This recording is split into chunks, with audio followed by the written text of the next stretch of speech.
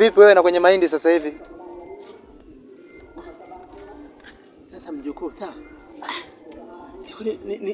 Nilikuwa nimenipanda gogo, sawa? Nilikuwa nenda nikachimbe huko mahindi, sawa? Utachimbiaje gogo kwenye mahindi ya? Hivi wewe mahindi unajua yana bei gani? Unajua kweli kulima wewe? Watu kama nyie kwenye enzi zenu nyie ndio mkoa wajuaji kwenye vitu vya kama vyakula hivi, eh? Shida wewe mjukuu na ona na hili ulikuwa unajichambia. Yaani hauna hata aibu unajichambia haya majani haya kweli? Ha? Mjukuu unajua nini? Hapa mimi sikupi nafasi kabisa ya kufanyaje? Ya kuongea. Nakupa dakika hizi tu. Hizi. Haya. Niambie uko kwenye mahindi uko unafanyaje?